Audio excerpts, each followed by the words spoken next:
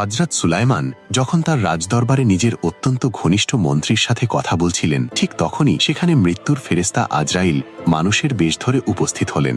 এবং সুলাইমানের মন্ত্রী সেই অচেনা ব্যক্তিকে দেখার পর চরম আতঙ্কিত হয়ে কেন হযরত সুলাইমানকে অনুরোধ করেছিলেন তাকে যেন বাতাসের মাধ্যমে শত শত মাইল দূরে পাঠিয়ে দেন। একদিন আল্লাহর নবী হযরত সুলাইমান আলাইহিসসালাম তার জাঁকজমকপূর্ণ রাজদরবারে মানুষ, জিন এবং পশু পাখিদের মাঝে উপবিষ্ট ছিলেন এবং তার ঠিক পাশেই বসেছিলেন তার একজন অত্যন্ত ঘনিষ্ঠ ও বিশিষ্ট মন্ত্রী।